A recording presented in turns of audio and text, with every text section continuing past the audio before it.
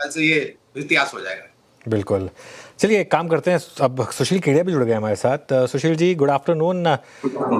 ये तो मार्केट में एकदम उल्टा हो गया। मार्केट बजट के बाद गिरता हुआ करीब करीब 25,000 पर हैं हम, 300 पॉइंट नीचे। हालांकि डेलो से रिकवरी आई है, लेकिन कैसे देख रहे हैं आप इस मूव को? देखिए, मैडम ने आज बजट के शुरुआत में कहा कि हम भारत को खिलौनों के निर्यात में एक बड़ा मेजर प्लेयर बनाएंगे, और शेयर बाजार का जो फेवरेट खिलौना है एसटीटी, उसको उन्होंने तोड़ दिया। जब बच्चे का खिलौना टूटता है, बच्चा चिड़चिड़ा होता है, शेयर बाजार चिड़चिड़ा हुआ है।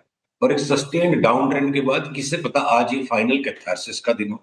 तो अपनी बजट के पहले भी बात हुई थी, मेटल्स और पीएसयू बैंक्स, ये दो सेक्टर्स की चार्ट्स हमें ऐसा लग रही है कि आने वाले दिनों में शॉर्ट सेल करेंगे, और बाकी किसी भी चीज को शॉर्ट सेल करना खतरे से खाली नहीं है। पर अगर आप सिर्फ इस एक एसटीटी के साथ जो थोड़ी सी रहम नहीं बरती गई, ओके, आई थिंक मुश्किल है। फिजिकल प्रूडेंस में आपने फिजिकल डेफिसिट को घटा दिया, डिफेंस में 20% की आपने आउटले बढ़ा दी, रेलवेज में 15% बढ़ा दी, केपेक्स बढ़ा दिया आपने, टैक्स लिटिगेशन के अंदर में डीक्रिमिनलाइजेशन के बड़े स्टेप्स ले लिए, आप जॉब क्रिएशन पे काम कर रहे हो, आप न्यू टेक्नोलॉजीज पे फोकस कर रहे हो। तो जो कुछ बजट्स की टोन रहती है ईयर ऑन ईयर, वो मेंटेन्ड है। इस साल सिर्फ स्टॉक मार्केट के बच्चे का एसटीटी का झुंझुना टूटा है, तो उसकी एक दो दिन की चिड़चिड़ाहट रहेगी। जिस दिन आज के हाई के हम ऊपर निकलेंगे 25,500 के ऊपर, वापस हमारा वही 27,500 का टारगेट क्लियर आ जाएगा। और सारे के सारे सेक्टर के चार्ट्स बिल्कुल जैसे ना लास्ट लास्ट का माल फायर सेल पैनिक सेल में बिक रहा है। एक्सेप्ट फॉर पीएसयू बैंक्स और मेटल्स, हम कुछ भी शॉर्ट नहीं करेंगे आने वाले अगले एक महीने में। जो है ले लेके ही कमाना, और बजट से हमें कोई शिकायत नहीं है। ठीक है, एसटीटी भी अगर उन्होंने नहीं छेड़ा होता तो मैं 10 में से 9 नंबर दे देता, इस वक्त 10 में से 7 दे रहा।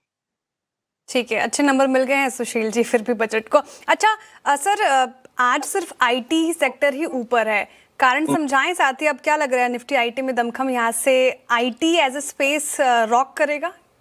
देखिए, आईटी पे तो हम लोग पिछले 2-3 महीने से मल्टी ईयर की करेक्शन की साइकिल खत्म हो गई है, और अगर वो साइकिल खत्म हो चुकी है और उसके बाद वो लगातार एक बड़ा अप ट्रेंड उसमें बना था, तो आज आईटी एक्चुअली कोई ऐसा कारण बजट से नहीं है जिसके कारण की आईटी बढ़े। मुझे लगता है इंडिविजुअल बाकी के स्टॉक्स की ज्यादा पिटाई करवा सके, इसके लिए आईटी स्टॉक्स ने एक बार बढ़त ले ली।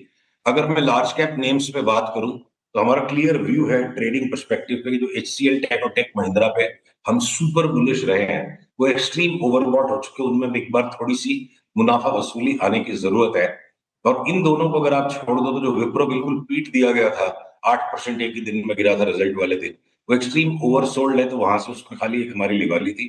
तो आज की आईटी की इस बड़ी रीबाउंड को ये सोच लेना कि ये इमीडिएटली यही मार्केट को लीड करेगा, ये शायद मिसलीडिंग हो सकता है। लॉन्ग रन में अगले 3 महीने में, अगले 6 महीने में, अगले 12 महीने में हम सुपर बुलिश हैं आईटी पे। और आज की आईटी की मूवमेंट को देख के सोचना कि नेक्स्ट पूरे सप्ताह आईटी के स्टॉक्स में तेजी हो जाएगी, शायद वो गलत एक्सट्रापोलेशन होगा। आईटी में कोई भी माल मिलेगा।